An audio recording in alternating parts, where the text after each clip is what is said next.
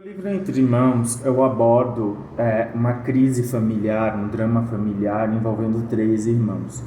Dois deles, o Fernando, é um jovem que se descobre gay e acaba sendo antagonizado pelo seu irmão mais velho, o Maurício. O livro vai sendo permeado por vários flashbacks da história dos dois, com várias brigas, conflitos que muitas vezes são apaziguados ou amenizados pela irmã deles, a Beatriz. Muitas pessoas perguntam o quão autobiográfico é esse livro e, obviamente, a história dos irmãos protagonistas é muito baseada na história que eu tive com meu irmão.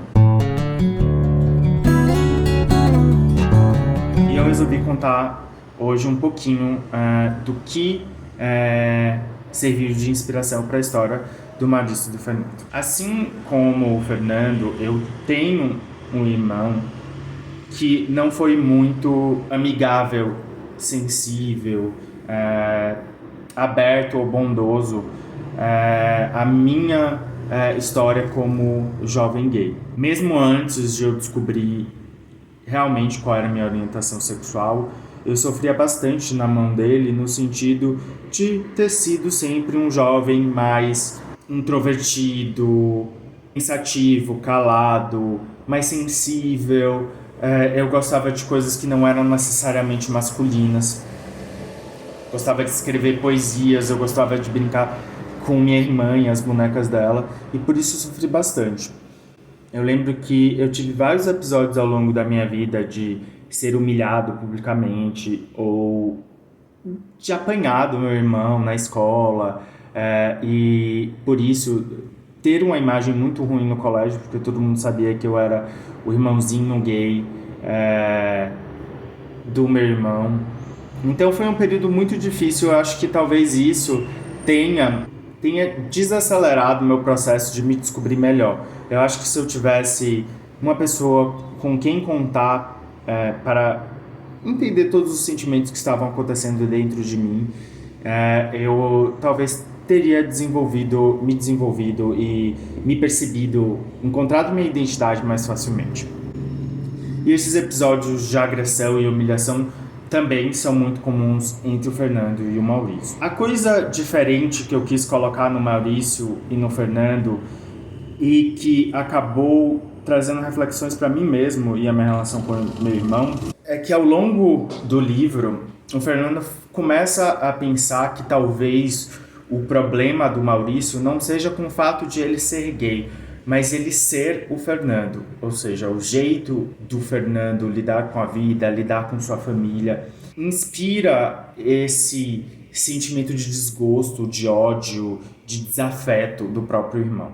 Então a reflexão que o livro vai desenvolvendo, que talvez o conflito entre os dois seja muito mais profundo do que apenas a orientação sexual do Fernando.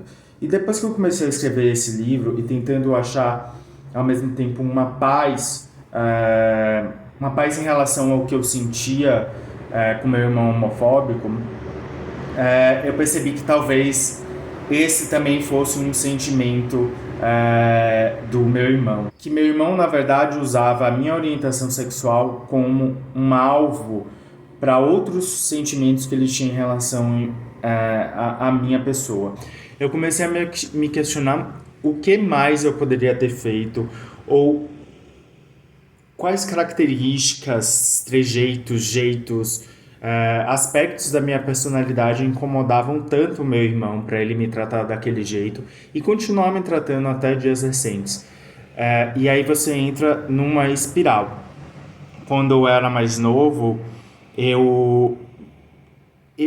havia momentos em que eu deixava me aproximar do meu irmão e ser o amigo dele, mas era como se ele usasse isso, mas a personalidade dele a qualquer momento pudesse explodir e ele descontaria tudo isso em mim.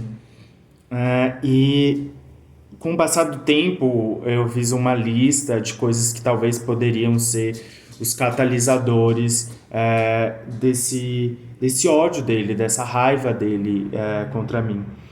E aí ia desde o fato de eu ser um filho querido pelos meus pais, por ser extremamente inteligente me dar super bem na escola, nunca causar problemas. Até o fato de eu ter sido uma criança, um menino que tinha trejeitos considerados sinais de homossexualidade para a época, ser um pouco mais afeminado, gostar de determinadas coisas e isso criar um masco enorme no meu irmão. Então eu fui criando essa lista de por que meu irmão me odeia, se ele não me odeia porque eu sou gay apenas. E até hoje em dia eu não tenho a resposta para isso. Eu acho que faz parte do mais para o final do livro, é parte de um processo de descoberta do Fernando, o Fernando se questionar por que o irmão dele criou essa rivalidade tão grande com ele, se não apenas pelo fato de ele ser gay. Então foi muito complexo crescer com um irmão que eu considerava, que eu achava que era apenas homofóbico, mas que tinha uma aversão muito grande à minha pessoa. E eu falo isso porque depois de algum tempo eu fui saber que meu irmão tinha vários amigos gays, que ele era super aberto a direitos LGBTs e que ele era muito mais amigável com a comunidade do que comigo.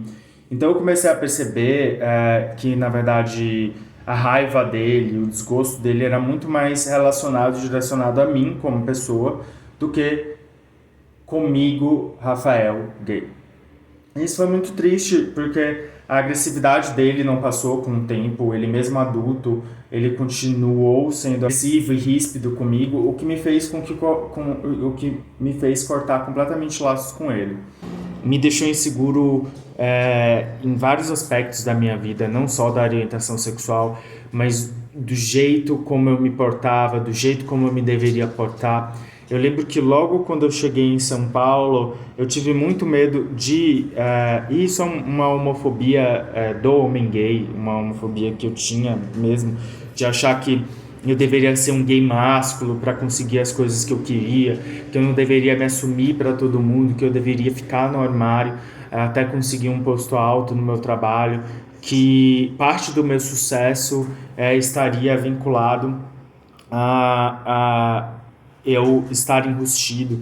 Então, esse relacionamento com o meu irmão trouxe várias inseguranças que eu fui tentando,